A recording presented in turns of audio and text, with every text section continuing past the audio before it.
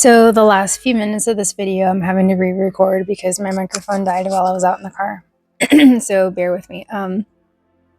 But last night when we were at the Hanukkah celebration, I um, I had ran into a group of American people, Jewish people, and they found it very interesting how we were, coming out to celebrate, and they were very curious as to why we were, celebrating Hanukkah, and why we were among them, because we were not really fitting in, aesthetically. I'm not a Jewish looking person, so we were very like out of the ordinary as far as how we appear, and I didn't have a problem with that. Like, to me, it doesn't matter, what race, what color, and, what background you come from. I mean, I think that I think that everybody should know like the meaning behind Hanukkah and that anybody can celebrate it. But I sort of got into a discussion with this Jewish man that I had met there. And he just found it very interesting that, on how I don't celebrate Christmas anymore, because that came up in discussion. And I basically, explained to him everything that I spoke about in this video, because he was just very curious as to like the reason behind, me not wanting to celebrate it anymore. And he seemed to be a little bit concerned for the kids, and he really wanted to know like how the kids were handling the fact that, we no longer celebrate Christmas. And I thought that was funny because, my children don't really put up too much of an argument because of my beliefs. They don't really have a problem with us not celebrating Christmas. With them being so young, as young as they are, they really haven't been exposed to very many Christmases yet in their life, to have formed an attachment and a relationship to celebrating Christmas. And so that's number one. And number two, I've been walking in my faith now as a baby Christian for almost 2 years. It'll be a year and a half. It's like maybe a year and a half now. And they've essentially been a part of that entire walk with me. They've been with me from day one to where, we've been discovering the Bible together, and we've gone to church together. We go to church together every single time we have church, and they've been to convocation with me, and all I listen to and all we expose ourselves to is everything faith-based, and stories of the Bible, and basically everything that's true. And I want them to be exposed to truth and everything that's being taught to us through the church and through the Holy Scriptures. And they really haven't had too much of an issue with that. I think that my children appreciate knowing the facts behind things. Sure, they are fascinated by the idea of Christmas and everything like that, but at the same time they aren't so impressed by the fact that things have no biblical meaning. For example, Santa Claus, and things like that, and just kind of like the story that everybody goes along with. Like, I feel like my kids are, despite them being so young, they still are, they still are, they're still little young women, and they appreciate honesty, and they appreciate the truth, and they're kind of mature, especially my oldest. She's only 6, but it's like her relationship so far already with God is, a legitimate one, and so is my 4-year-old. And they, yeah, like I'm saying, they're not impressed with like things being, not sort of real, I guess you could say that. And a lot of people like, and I was actually pretty surprised that I had a Jewish person asking me that question, because I didn't realize that you could, I didn't realize that there were Jewish people who were serious about Hanukkah but also celebrated Christmas at the same time. Like, I just didn't know that.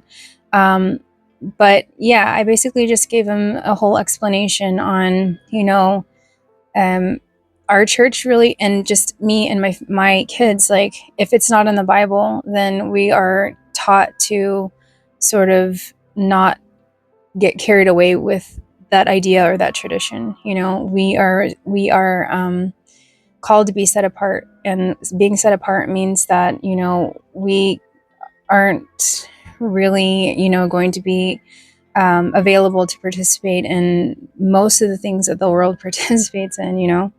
And so a lot of people can seem and come off as if they're super concerned for the children, and what they you know feeling as if the kids are missing out on some important childhood memories, or some important childhood milestones, when Christmas and sort of these traditional American holidays are taken out of their lives. But in reality, their lives, living the way that I'm, now turning, the way that I've turned to, which is turned my back kind of on, anything that's not holy, right?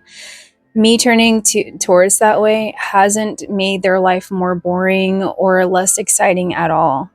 And actually, on the contrary, their life is so full and rich now of, that there are hundreds of stories, hundreds and hundreds of stories that the Bible can tell, and that you can go on and go on so many different adventures of learning and lessons and growing, by exposing yourself to this lifestyle and being in this lifestyle. The kids have no less entertainment or less fun or activities. It just seems that way because when you're living worldly, you think that all of these things provide you with some sort of fun and excitement and entertainment, and that may be true. But again, going back to what is the purpose and what is the meaning behind this? Is it glorifying God? And at the end of the day, if it's not, then, like, I don't know, why are we continuing? What do we need to pour our energy into this for if it's not glorifying God? But anyways, the children have so much available to them, available to them at in this lifestyle. There are just as many different things to delve into when you're in the world of holiness, as there is if you were in the world, in the regular world. There are just as many stories and shows and songs and entertainment and activities and festivals and feasts and holidays, holy days, that God actually requires us to, acknowledge and to observe and celebrate, as there are in our, modern day traditional society. And I also want to point out too that the term pagan and paganism, when I say that, I'm not saying that as a derogatory term or to offend anyone, because I think that sometimes when people hear the term pagan, or when I say I don't celebrate pagan holidays anymore, or I don't do that because it's pagan, people get so offended sometimes when they hear that, because they're taking it as like I'm saying something wrong, or as if pagan is a bad word or pagan is a bad thing.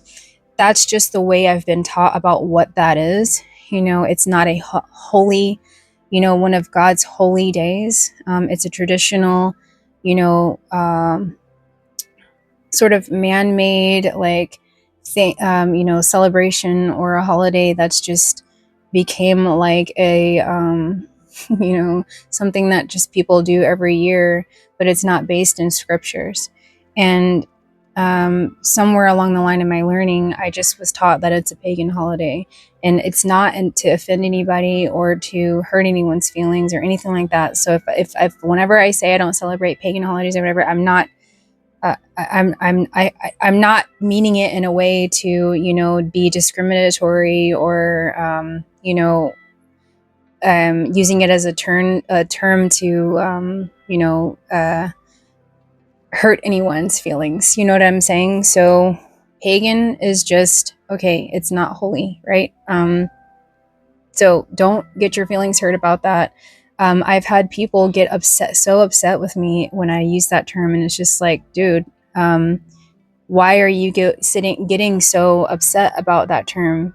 You know, why are you putting so much importance on that word? I don't think that, you know, you should be getting that angry about it, because if you're getting that angry about it, like, what is the root cause of you getting so angry behind that? You know, because I'm clearly not, you know, bashing anybody. I'm not bashing anybody's beliefs and, you know, what they do. I'm just explaining, you know, what I've learned and what I do, you know. And to us, through our church, what we've been taught is that it's pagan. Christmas is pagan, and all the other holidays. And so, anyways, back to my children. They are used to the fact that, okay, you know, these traditional pagan holidays are going to happen. You know, that's just the world we live in. That's just the culture and society that we live in. Whenever it's Halloween time, Halloween is everywhere. It's going to be in their face. Whenever it's Christmas time, that's going to be in their face. You know, they're just used to it. But it's just one of those, you know, being able to remain grounded in our beliefs and what we know to be true already, and just reemphasizing that each time that it's, you know, they're exposed to something like that. Now, their dad is not of the same belief and the same mindsets and you know, faith that I am. And as unfortunate as that is, you know, that's still okay, because at least my children, you know both sides, and they're able to know the truth biblically, what goes on in the Bible and what's being taught, you know, in that aspect. And they're able to, you know, when they're around Christmas environments, or when they're around anything that's, you know, outside of what I teach, then, you know, you can't keep your kids in a bubble their entire lives. You can't shield them and you can't protect them, you know, all the time, 24/7. But what you can do is, once you know better, you do better. And so by doing better, that means teaching and correcting and making sure that they know what's true, just so they have an understanding on what to fall back on when they're confused, or when they need to, you know, when it's time for them to stand up for themselves, you know, once they get old enough to be able to make their own decisions on how they want to go about living their lives. And just knowing, you know, what's expected of them, you know, what God expects out of his children. And I think that, you know, even though me and their dad don't have the same beliefs, I think that they have a huge advantage, more than I did as a child, because at least now they're able at such young age to be exposed to both you know, sides. And it's just a beautiful experience for all of us, you know, because, as I said, I'm a baby Christian.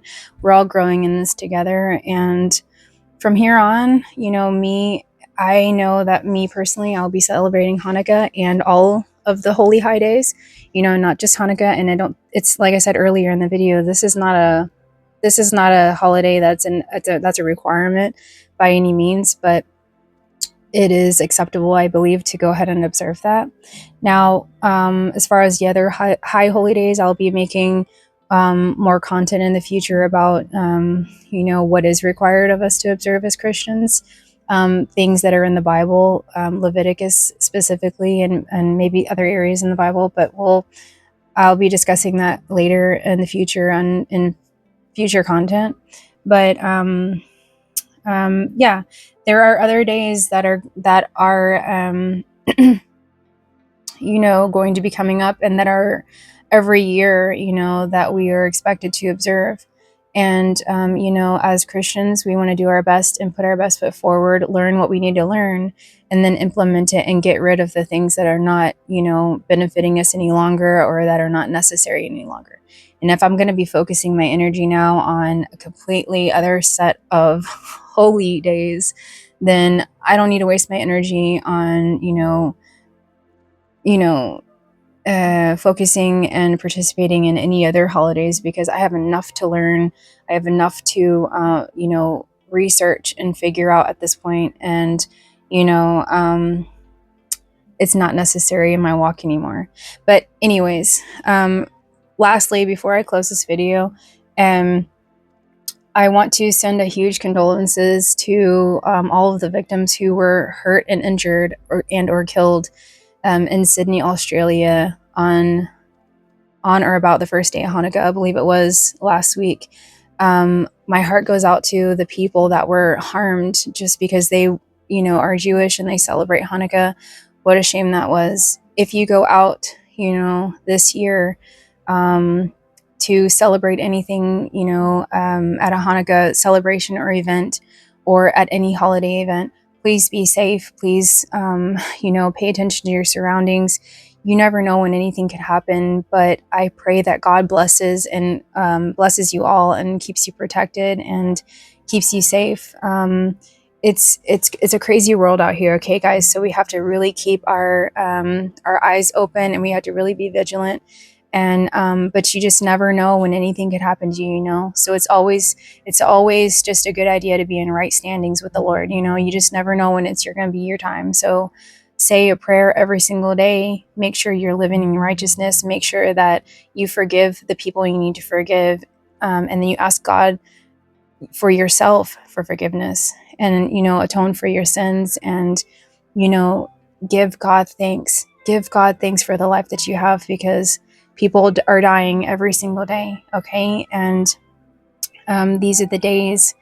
The whole year we need to be giving thanks, okay? Not just Thanksgiving and not just holidays, but these are the days that we need to be giving God his due worship and his admiration, his praise, and the gratitude that he deserves and that he is due from us. Because if it wasn't for our God, if it wasn't for him, we would not even be here right now. We would not even be, able to have these celebrations and remember Hanukkah and remember Jesus and, have the light and share that with each other. Okay. So, I want to wish you all a happy holidays, and I will be back on here very, very soon.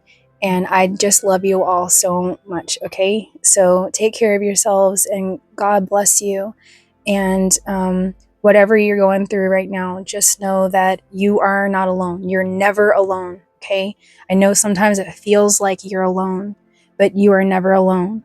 The Lord your God is always with you. He's always, always with you. And if you have faith in that, and if you have faith in his word, then you will see and grow stronger in your relationship with him. And he will work miracles in your life that are out of this world. Okay. So again, God bless you, and I will see you in the next video. Okay. Bye.